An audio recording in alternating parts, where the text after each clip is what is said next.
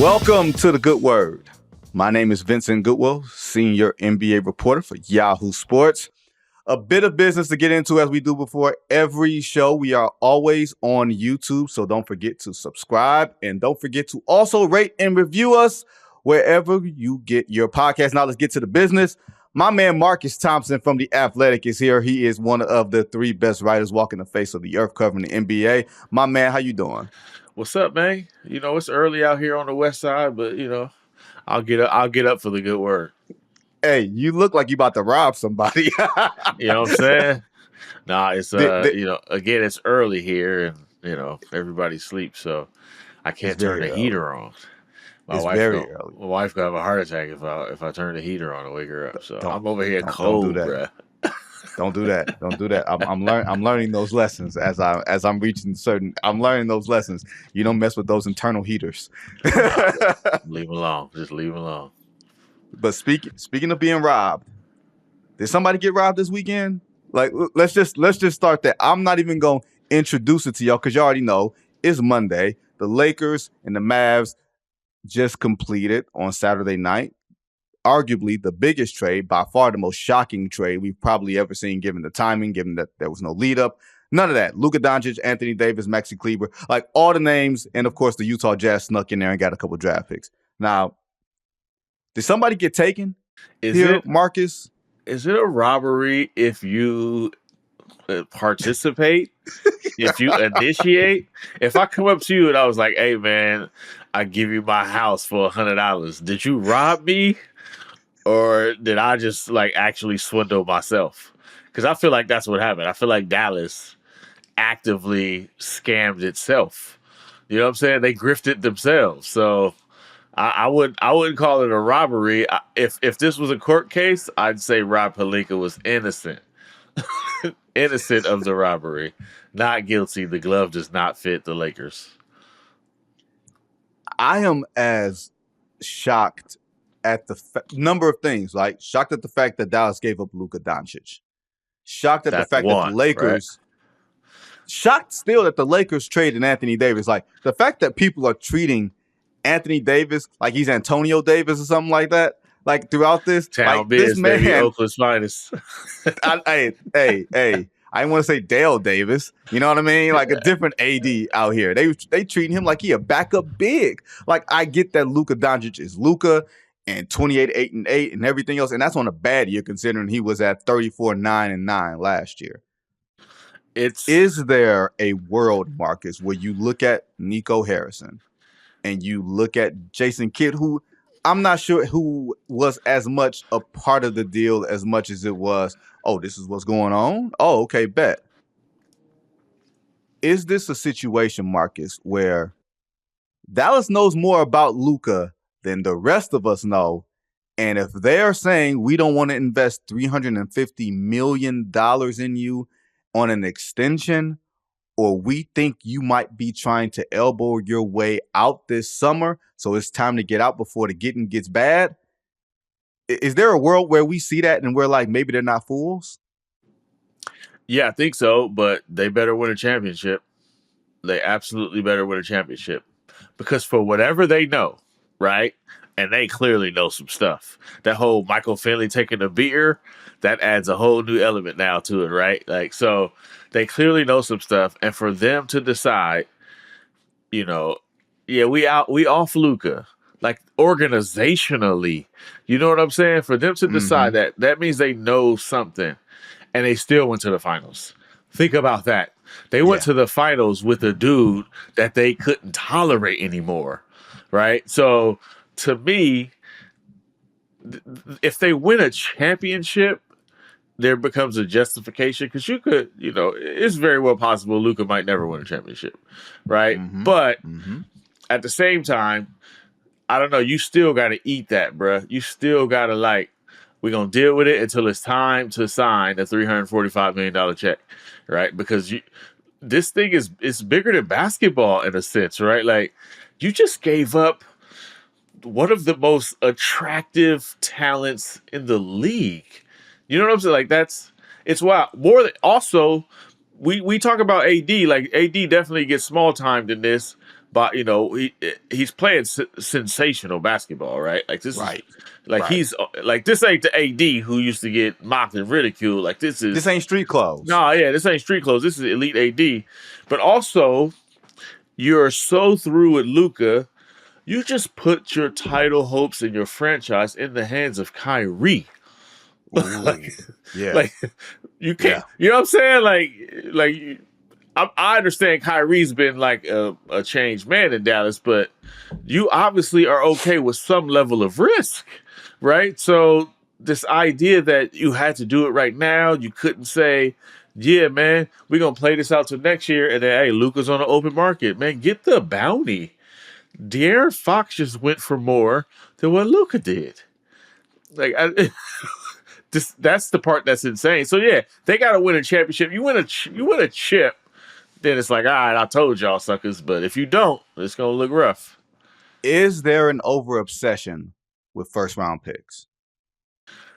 Because I feel yes, like Marcus, absolutely, no question. You know what I mean? I feel like the nerds, and I don't mean like us because we geek out on stuff, we nerd out on stuff. But y'all know what I mean when I say the nerds. The nerds get so happy about thinking that they are Sam Presti when they are really Sam Hinkie. You know what I mean? Like, this is what we can do with these first-round draft picks. Yeah, in theory, right? In theory for years down the line. But I feel like this. And this is where we have to put in our common sense, our thinking caps. And we don't do that too often. If you telegraph to the league that you are trading Luka Doncic for whatever reason, right? Rock with me here. If you tell Oklahoma City or you tell Golden State or you tell whatever team that you think you could get something, you could extract some real value from, that's going to get out. And then Luka Doncic, who can, we seen how he can kick it when he ain't happy, right? Then he says, oh, y'all trying to trade me? I'm only going to team X, wherever that place is. And you know what you know what happens there? You ain't getting a bounty of draft picks. You ain't getting a bounty of whatever it is that you think that you are getting. So if you were going to trade him, it was going to have to be in the den of the middle of the night after the Lakers just had one of their best wins of the season. That was the best, if not the only time to get this thing done. I don't know. It's Luka, bruh. You put Luka on the open market. That's all fine and dandy for But you know Jimmy how this Butler. goes. Nah, we don't. We've never seen a dude like this on the market. We've never seen it. Like, you know what I'm saying? Like, we've never seen a 25-year-old, 5-time All-NBA player just on the market. Like, that doesn't happen. Like, this ain't Jimmy Butler we talking about, right? Like, we're talking about a dude who's got 10 years, presumably, of top shelf basketball. The bidding war alone makes it, like, I don't know. I mean, in the world that we've seen, that's accurate. You lower your value by putting yourself out there. But that's true for the Zach LaVines of the world, right? Like, it wasn't true for Anthony Davis. That's true for everybody. Anthony Davis got a nice bounce. They got a nice bounty for Anthony Davis. Like, if you are desirable, like, it's going to happen. And I feel you on the picks, right? It ain't, to me, getting 7 picks don't do anything for you. But they've categorically said, hey, man, we don't really care about what's happening in 2028 and beyond. 2030 and beyond. And I actually rock with that philosophy, because if you're a good front office, then in 5 years, whatever it is, you should be able to work with that. You know what I'm saying? Like, that's how it is. But to not take advantage of this idea that you got this generational star and you could have gotten more from him, and the only thing you got, or not the only thing, but the main thing you got was a dude who at best got three elite years left in him. That, I don't know, man. I feel like they could have gotten more, and that to me was the error. They just could have got more. I think there's so many things about this that's fascinating. Like you said, one, I'm gonna go back to what you said maybe 5 minutes ago. On ball Kyrie, that's what we're about to get. Kyrie was not on the ball in Brooklyn with James Harden there. Kyrie was not on the ball in Dallas, and he seemed pretty comfortable with Luka Doncic being on the ball and Kyrie running off of screens. Kyrie in Cleveland, With LeBron James, he was more comfortable with someone else making those decisions. Now you're saying to Kyrie, you got to be a point guard and you got to play the position to get the PJ Washington shots, to get Klay Thompson shots, to make sure that Anthony Davis gets the ball wherever he needs to get it. And that's the dude who's gotten the ball in spots from the premier playmaker of this generation in LeBron. I'm not saying, Marcus, that I'd make the trade or approve of the trade or whatever it is. Like, because there's a lot of questions there. But if Luka Doncic by midseason is already removed from NBA consideration for the season awards because he's only not even played half the games, only played 22 games this season, right? He's never played more than 70 games. He's at his height and his weight was 6'7", 6'8", 270 pounds. That's a lot of weight to carry. And sooner or later, I feel like you wind up paying a toll on that.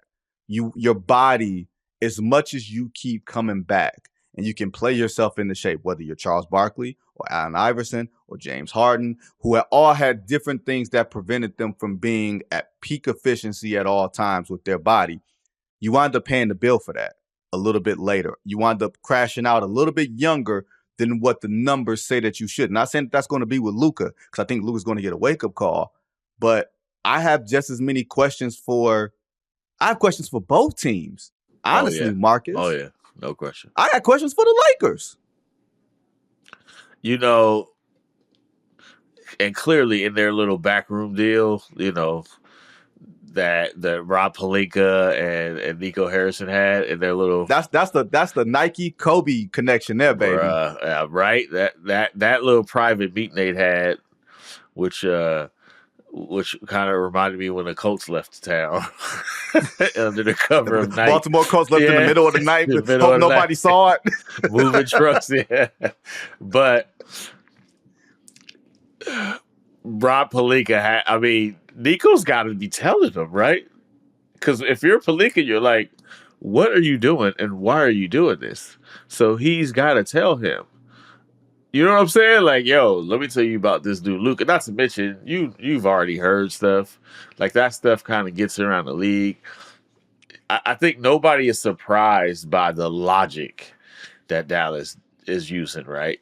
The surprise is the execution or the fact that they actually pulled the trigger, because there's always this idea that he's 25, he'll figure it out. And if he ever figured it out, that's ball game, right? Right. But for the Lakers to say, give us your problem. We got this. So in LA, he's supposed to figure this out. In Hollywood, he's supposed to put down the beer. And he's supposed to work out. No, it's not even. No, it's not that. It's we're going to put you next to the dude who takes the best care of his body that we've ever seen. And we're going to hope that those habits rub off on you. Anthony Davis has had 2 of the healthiest years of his career, the last 2 years, because he's been on the LeBron James plan, right? Now, to flip it for a second, because I want to stick with where Luka's going. People treat Anthony Davis like he's a bum because Nikola Jokic puts him in a body bag. Y'all realize Nikola Jokic put everybody in a body bag. He's like the Undertaker in 1991. He remember the Undertaker when he first came out? He would actually put people in body bags and in caskets. I don't know why we was watching that. I don't know why we were allowed to actually watch this man put the Ultimate Warrior in a body bag. Because we drank from water hoses, man. We good. But like, I just need to say that, like, if Anthony Davis's biggest sin in LA was A, not being able to replicate the shooting of the bubble, which nobody would expect, and B, not being the definitive 1A type. I'm sure we're going to get all types of inside stories over the next couple of weeks. I'm actually headed out to LA today to spend trade deadline week out there. But I got just as many questions for the longevity of LeBron James with Luka Doncic, what the prospects for the Lakers season is moving forward. Like right now, and the fact is, what does this mean for the clutch conglomerate? Like, cause I felt like the old Death Row picture You know what I mean? With Snoop and Dr. Dre and Tupac and Suge, I feel like that was clutching the Lakers. That ain't the case no more. Not when you're doing backroom deals with, without anybody involved. So look, I I understand the logic. I understand the logic. So perhaps LeBron and his, infinite powers can get Luka on the plan. But nobody's been able to get Luka on the plan. And the Lakers just said, here's the keys to the kingdom, even though you ain't on the plan. Yeah. So I don't know. LeBron's 40. LeBron might be out in a year. I mean, if Luka was wise, right? If he was smart, if this shook him to his core, if this was the wake-up call he needed, then he would take advantage of that. He would be like, Bron, show me your ways, right? They got the similar play style. Like that's it right there. Go listen to Bron. Are we sure he's gonna listen though? Are we sure this is has this emboldened Luka or has it made him reflect? You know what I'm saying? Because losing in the finals, right? Losing in the West finals.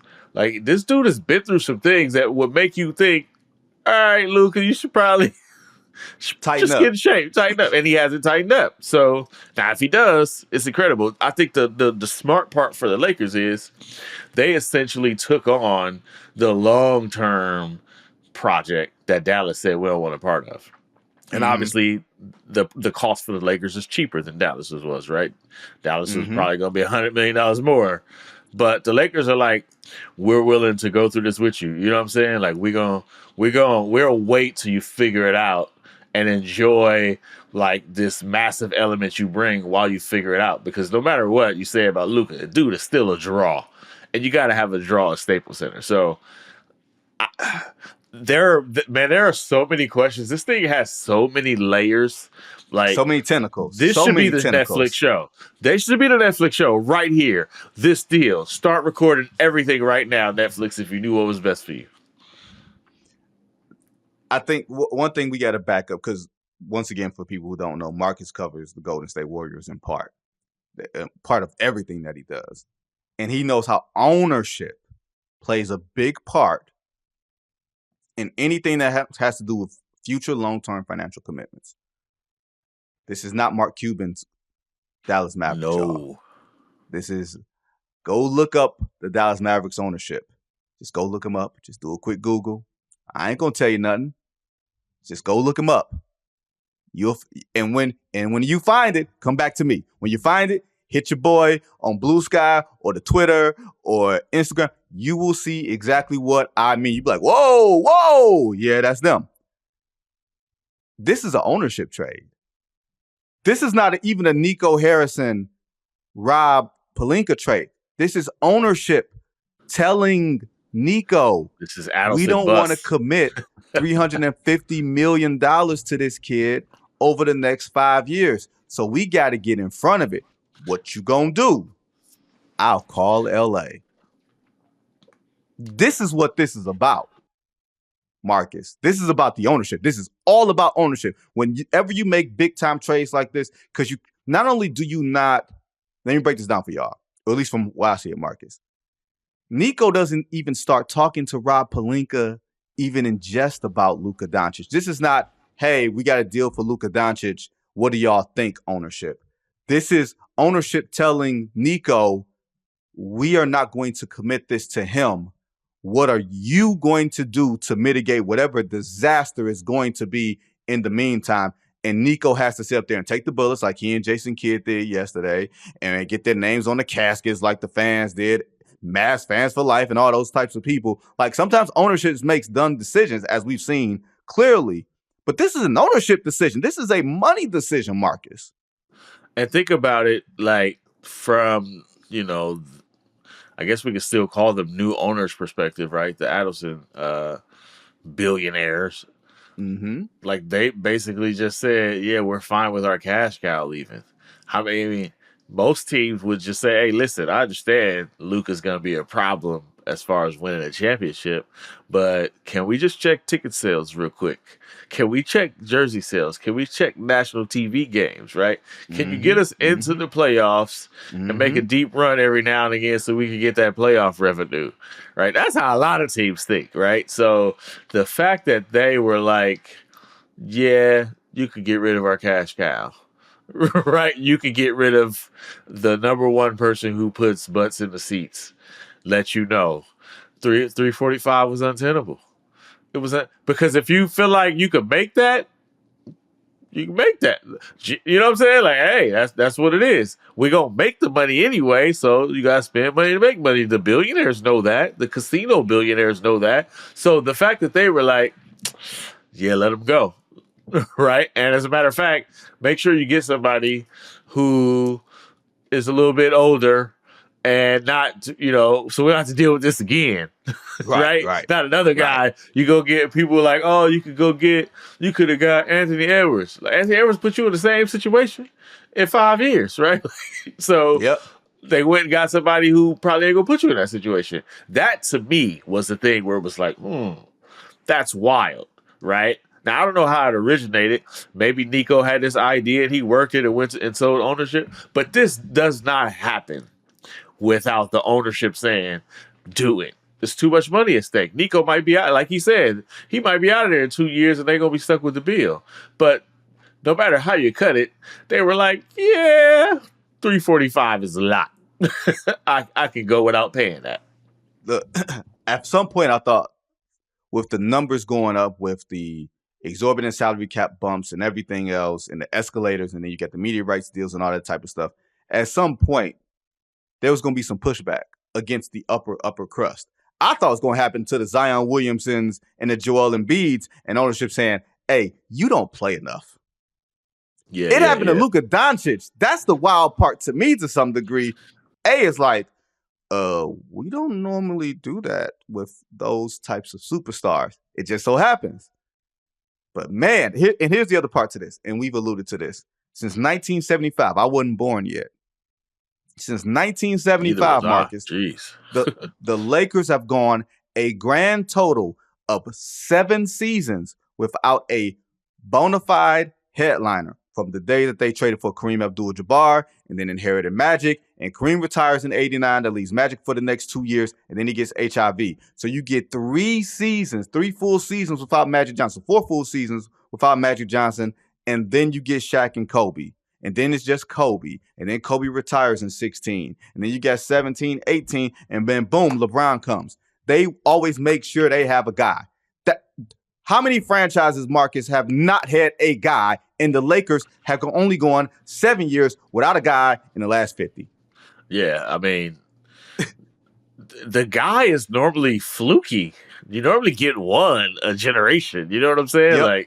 But it's the Lakers, bro. This is what they do. And that's the thing. Like, that's the part that makes Dallas' decision so wild. Like, if anybody understands, yeah, you got to win championships, and the Lakers win championships. But also, man, you got to sell tickets. You got to have a guy. You got to sell relevance. You got to have a guy. This thing is about stars. Yes. And they just gave up one of the biggest stars in the game. And Anthony Davis is great. Kyrie has been incredible, right? Especially while Luka's out. But, man, Luka was that dude. You know what I'm saying? Luka was the dude. Luka, it's kids crying on the internet about Luka. You know what I'm saying? Ain't no kids crying about Anthony Davis. They crying about Luka, right? There's a certain appeal to like your audience and the family of your NBA community that they were just like deuces. I mean, look at the Warriors, bro. They like we ain't giving up Steph. Like the conventional wisdom would have said trade Steph a minute ago. They like it, but but it's Steph and he's here. This is like trading your uncle or something. Like you just like he's a part of the fabric of the team. It's something's bigger than that. That's what makes it crazy. The Lakers understand this better than anybody, bro. You got to get one of them ones, no matter what, and they'll have 2 of them, right? You talk about they had 7 years without him. You talk about 7 years without him. They go get him. How many years have they had 2 of those guys? They usually keep a couple up, right? So they got one in reserve. Bruh, they became the perfect partner for Dallas in that sense because they knew. I mean, obviously, Nico says he wanted Anthony Davis. He believes defense for a championship. But also, like this is the Lakers' bag right here. Right here. Give me the dude that's going to get the celebrities courtside who going to tantalize our masses, our massive following, and we'll get to the championship somehow because that's just what we do. We'll figure it out. And look, it's an important piece of information for me to express to people because clearly a lot of y'all people on Twitter can't read. Anthony Davis would be up for an extension after next summer. Not this summer, next summer. And clearly the Lakers knew they were not going to extend Anthony Davis, even though his current extension kicks in after this season. But when you have 2 guaranteed years remaining on your contract, you are up for an extension. AD was going to be up for an extension after the summer of 2026. They were not going to extend him. That's a big reason why they moved him too. Because they were like, whatever it was, they saw something or didn't see something. That's why I just need to clear that up for people who can't necessarily read on Twitter like, Vinny, his current extension ain't kicked in yet. You stupid. I didn't say the summer of 2025. I said the summer of 26. Next season, his contract will be up for an extension. But also, when we come back, he isn't one of the ones, though, right? Exactly. No, look, the Lakers didn't view him like that. Yeah, they just didn't see him as one of the ones. He ain't as great as he is. He's incredible, but he just ain't that Lakers one. You know what I'm saying? He'd be that one for probably like 25 other franchises. Yes, absolutely. No question about it. 28 franchises. About to be one for Dallas. He about to be one for Dallas. When we come back, we got to talk about the Warriors. We got to talk about the De'Aaron Fox deal, all that and much more with Marcus Thompson. Introducing Daily Draw, the latest free-to-play game from Yahoo Sports. Daily Draw gives you a pack of 6 prediction cards every day based on the day's biggest sporting event. Download or update the Yahoo Sports app on the Apple App Store or Google Play and join the action with Daily Draw today. Back here on the Goodwill with Marcus Thompson of The Athletic. Marcus, a funny thing happened yesterday that, of course, we only hear about later, much later. I've been hearing different iterations of a Jimmy Butler trade for the past week. I can't write them all. I can't tell you all of them because it's too many to name. But one that was gaining traction and momentum was Jimmy Butler going to the Golden State Warriors. And some level of deal, I believe that was either involving Kuminga or Wiggins or both, probably one and some picks. But then it comes out yesterday that Jimmy Butler, who I believe has been having probably some backdoor conversations with some folks, said that he didn't want to re-up with the Golden State Warriors with the same level of extension that he would probably sign with the Phoenix Suns if that's where he winds up. I've been told, Marcus, that Stephen Curry has been actively recruiting Jimmy Butler since the summer, since the discontent has been made known to people. And now for you to almost get to the altar and for Jimmy to say, man, I don't want to sign an extension here. Man, what's the problem here, Marcus? Yeah, this reeks of, you gotta say no before you get told no. Listen. I've talked to a lot of people about this. The entire issue with Jimmy Butler was they didn't want to pay him. I don't think they weren't offering Jimmy Butler a contract extension. It just wasn't happening. Like the what's wrong with the Warriors, the reason they're in this predicament is because the top half of the roster is 35 and up and the bottom half is not, and they're trying to marry these two things. The difficulty with Jimmy Butler is you got to give up the young ones and you're gonna lean all in on the senior citizens. Mm-hmm. The owner just wasn't like that. Like there wasn't this clamoring for that. The Jimmy thing popped back off because I've talked to people. It's like, this is not like, oh, we want Jimmy. This is like, I don't know. Do you want Jimmy? There's concerns about Jimmy and Draymond being together. How combustible that might be. There's concerns that you trade all your young pieces and then Jimmy's out for the playoffs. And the thing you went to get him to do to protect Steph leaves Steph even more vulnerable, right? So there was a lot of issues. I do think how their season turns out has made them more desperate, but also how that situation just flamed up. And now it's like Jimmy might be cheaper. You know, if the price is cheaper, then all right. So there's still some dialogue in the Warriors about, do you get Jimmy or not? Do you get Jimmy or not? I tell you what, I know several people in the organization just would rather Zach LaVine. They would have rathered Zach LaVine than Jimmy Butler because he's younger, he's less problematic. Like he's you know, he shoots the three better. Like just thought that was a better fit. But Jimmy is now, you know, if you listen to the rumor mills, like Golden State is the middleman to get Jimmy to Phoenix and get somebody else to the Bay again. You've heard that too. I mean, all this stuff. This is what trade deadline season is all about, right? It's crazy season. Yeah, it's crazy season. You hear all kinds of stuff. And then, you know, I've heard Kevin Durant going back to Golden State. KD was if y'all didn't realize, that's what Marcus was saying. Oh yeah, KD was just back in the Bay, just won by 20. It was a love fest. It was a love fest, Jimmy. And Vinny, it was a love fest. It was just like KD was back home, bruh. It was like you felt something. And so now, you know, you see the management all working. Like there's some things there. I do think Steph, no matter what, needs somebody. And I think Steph is to that point. Is like, yo, I need somebody. I can't do this by myself. Yeah, I can't do this by myself. Not the way they're guarding him. Not his age. His ability to just withstand all that like he used to is just not the same as it was, right? So he needs it. And he's in a situation that Bron is in where, like, they actually need somebody to pass the torch to, right? I think they're going to settle. They're going to end up settling for somebody who could just, like, ride out into the sunset with and start over. But they really need somebody to pass the torch to, which brings me up to another name. If you just want to be risky about the thing and see what's up, Zion Williamson. You know, just see. Talk about, hey, if you ever get in shape, if you ever get together. Marcus, that's a chance I can't take. I feel you, but there's just not other options. I mean, the other option is just say, Jonathan Kuminga, this is your team afterwards. This is your team. Yeah, but then Steve Kerr's gone. I mean, well, he might be gone anyway. You know what I mean? Like, regardless of whatever the day it is. Steph leaves, Steve Kerr's leaving with him. That's they riding out together. It's a weird thing. Like, the Steph conversation is a weird thing because he's clearly able to hit the high notes on a given night. But if you're asking him to do it every night and asking him to carry and asking him to be the system, that's where it gets a little tricky. Kevin Durant fits in perfectly. I'm not saying neither one of us are reporting anything here, right?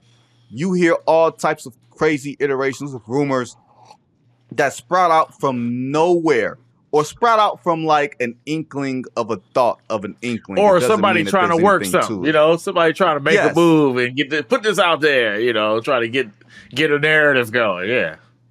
It's a lot of that. I put it like this. If I were KD, I would say, there's no better co-star for me than Stephen Curry. Even at this advanced It's been proven. Yeah, it's been proven.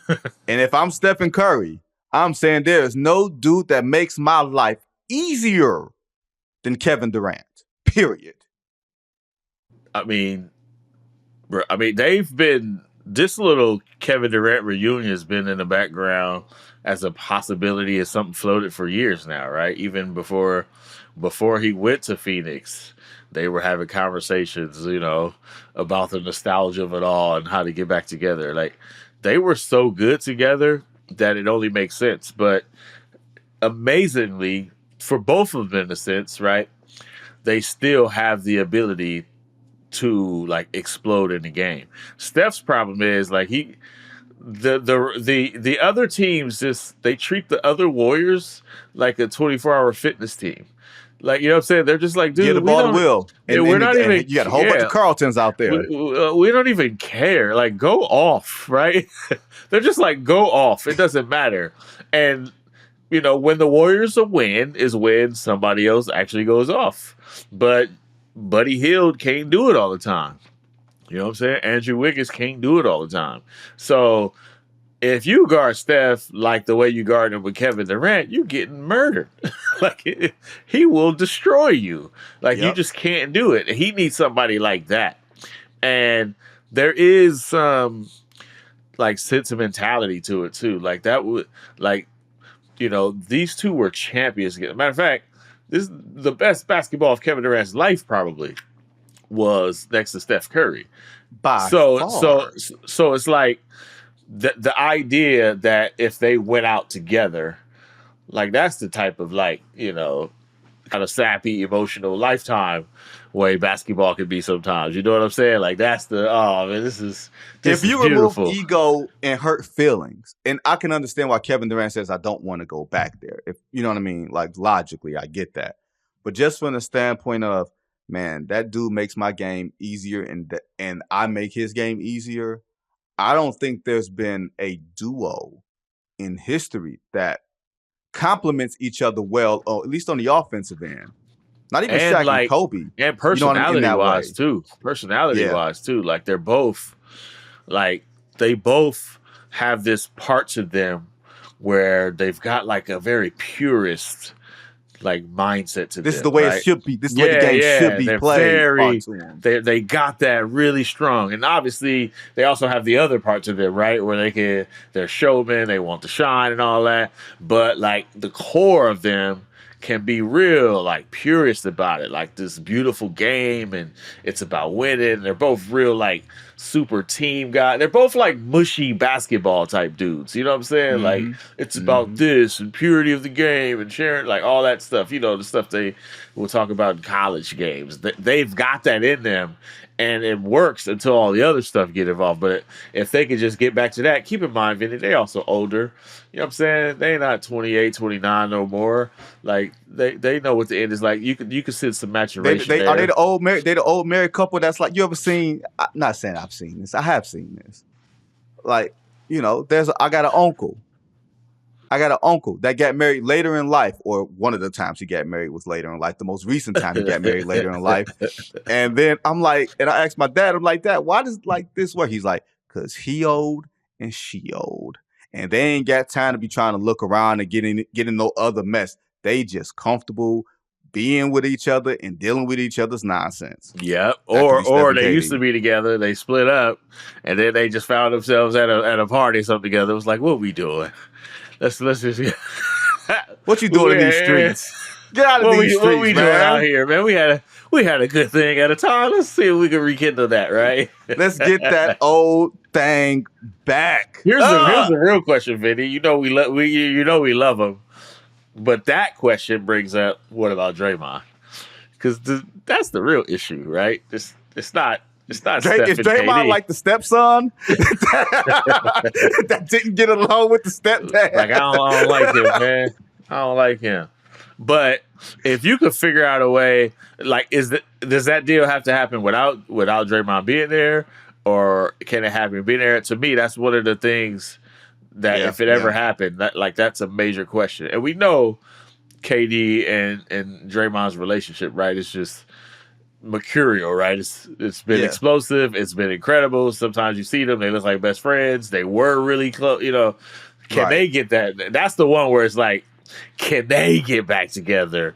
That's a good one. If they're older, old black men, we be chilling, man. We don't be wanting all that drama, bro. We don't know drama, man. We just like to chill. It's that scar tissue, though. It's that scar tissue. That's some stuff you can't get over. But we got one last break, and we gonna hit on the De'Aaron Fox, the other trade that happened over the weekend that we're not gonna pay that much attention to, even though it's a pretty big trade. Gonna have that on the last word. We'll be right back. It's time for the last word here with Marcus Thompson of The Athletic.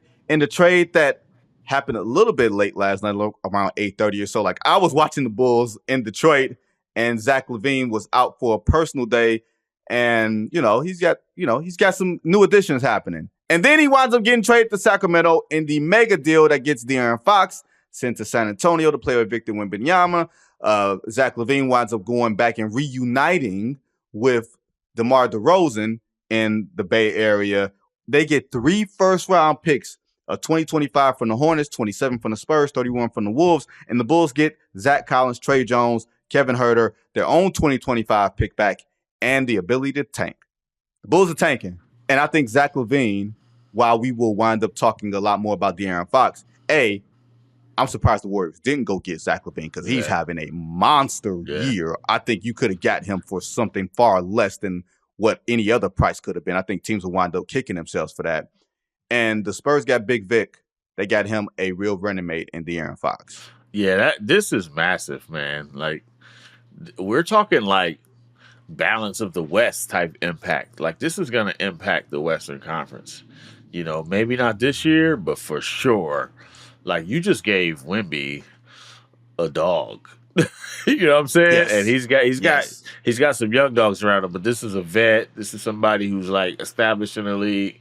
And the reasons he went there, right? Like, wanting to be back home. You hear that he's from Houston, right? Yeah. You hear he's one of them guys who really ain't for that A1 life. Like, he don't want to be all in these streets like that. He don't want to be in the video. He just want to be with his family. Like, simple. You know what I'm saying? Like, guys like that. So it ain't gonna be no drama with De'Aaron Fox, right? That's number one. Like, this. I feel like this might be a bigger deal later than we understand it to be now. Like, this is gonna be massive. It was a much bigger deal for the future. No question. Like, the San Antonio just became like a problem, I think, in coming down the line, especially since they didn't give up any of the young, like, you know what I'm saying? They didn't give up Stephon Castle. Yeah, they even give up Keldon, right? Like, who you thought they would probably, So that team is going to be good. The interesting thing, though, is I think actually Sack might be all right off this. Like, you know what I'm saying? Like, as much as I like Fox, this might be the Doug Christie era is off, is all I'm saying. And we were like, hey, man, y'all crazy how y'all did Mike Brown. Why you do Mike Brown like that? Why you do Mike Brown like that? This is kind of working. Like, you got Monk, you got DeRozan, and you got LaVine. Like, they're going to get some buckets, man. Like, they're going to get buckets. Now, defensively, we going to see. Like, and who's the point guard? Like, but Fox wasn't, like, Fox was out there getting buckets too, which was, probably part of the issue. They're just going to run a lot more probably through Sabonis at the top, a lot more through DeRozan, at the nail. You know what I mean? Zach can play, make a little bit. They got a lot of scoring. This is a long-term move for them. They want to stay viable. They're not trying to, Marcus, they ain't trying to go back to being on a 20-year playoff drought. Nah, they're not trying to do that. And then Zach, man, I feel like Zach gets a bad rap, dude. Like, I feel like Zach gets a bad rap. And I understand, like, he's not a player that, like, just makes winning happen. Like, he's not that guy. But he can influence winning. He doesn't drive winning. That's what I'm saying. You put him in a situation with winners. Like, I want to see Zach in that. Like, I want to see Zach when somebody's next to him, like, hey, this is how you do it. Because the skill is there, the talent is there. It feels like the will is there. The will is there. Yeah, you know what I'm saying? So it's like, and he's still young. Like, this is the part in your career, like, in your life, where you like, hey, man, let's settle down. You know what I'm saying? Let's stay out these streets. We ain't getting no younger. Yeah. Zach is at that age, NBA, like, all right, man, I done got all the buckets and all the dunks and all that. Like, I'm ready to win. I feel like you put that dude on a team that's ready to win, like, he's going to produce. That's why I thought the Warriors should have got him. Because I feel like you put him with Steph and Draymond, like, see what he's like next to them dudes, right? Like, but the problem, and Jerry Stackhouse. Yeah, the problem with Zach is getting him would mean basically replacing the guy they already did that with Wiggins, right? They love Wiggins because they put Wiggins in the winning situation, and Wiggins responded like a winner, right? And they would have to give up Wiggins to do that, and they love Wiggins, right? But I do feel like Zach LaVine is a much more potent scorer and playmaker, and that's what Steph needs. Much more reliable scorer. Yeah, He you need just somebody. gets He go get you 30, bro, and that's Easy. like in the NBA. Do you remember you talking about them dudes? Them dudes, one of the ways you can define them is, can you go get 30 when you want to? Can you just say, I want to go get 30 and go get 30? And it don't matter what the defense is. It don't matter who the opponent is. I'm going to get you 30. I think Zach can go get 30. He could go get you 30 when he wants to, right? Without blinking. And the Warriors need that guy. Not everybody can do that, right? Not everybody can do that. Like, that's a very hard thing to do. A lot of people need situation and all that. Zach gonna get you 30. He just gotta play some defense. And you put him with Draymond, you put him with. I think that I'm not gonna call it yet. I think they might have missed on Zach. I've been saying Zach for a minute. They didn't get him. They were in the talks, but they didn't get him. So it's surprising considering what he went for that they didn't get him, because Chicago can be a little wild with their demands. So I can see if they're like, oh. Yeah, but they didn't get a whole lot. I mean, they did. They're trying That's to rebuild. the part they're that's trying like, to tank. I thought for I was here and the price was crazy. And, Zach LaVine requested a trade 2023 and he's still there, right? So sometimes Chicago could be unreasonable, right? Vucevic's still there, right? Sometimes it can be unreasonable. But that deal showed that the price wasn't crazy. Like, he was very gettable. So it's surprising they didn't get him. But also Chicago, like you said, they're tanking and they get their pick back. And that's the best pick out of the bunch. It's their own pick. So perhaps that was the motivation. Right. And they're going to tank, period. They're sending the signal to everybody. We ain't here to compete. We are here to rebuild and to tank. And that's a big decision from Bulls management and ownership. I just think the Warriors missed out on a player who could help elevate that ceiling and that floor just a little bit. But that, ladies and gentlemen, is my man Marcus Thompson of The Athletic. Marcus, man, really appreciate your time today, brother. Absolutely. Anytime you need me. Hey, you coming out to LA this week? Yeah, I'll be there this week. Yep. I get a couple days. We will congregate in Los Angeles. And then you coming to me. And then you coming to me the following week. And then I'm coming to you the following week. All-Star. Yes, make sure you have something set up for me. Hey, we in the town though. We ain't doing that San Francisco business. We in the town. You got to come on. You got to come on our side. Like the old days. That's where you would go if it was just you. You know what I'm saying? If you just came out here, you wouldn't be over there. You'd be over here with us because I know where you from. Hey, I'm from Detroit. And our cousins is Oakland. You be over here with us. Is our cousins. Yeah, you be over here with us. You be dressed nice, but you be over here with us. Hey, I'm gonna be wherever the fun is next weekend for All-Star Weekend. Marcus Thompson, ladies and gentlemen, thanks to producer Dakota and the entire team who helps behind the scenes on this show. I'll be back the day after the trade deadline on Thursday for the next edition of The Good Word. Until then, everybody be safe.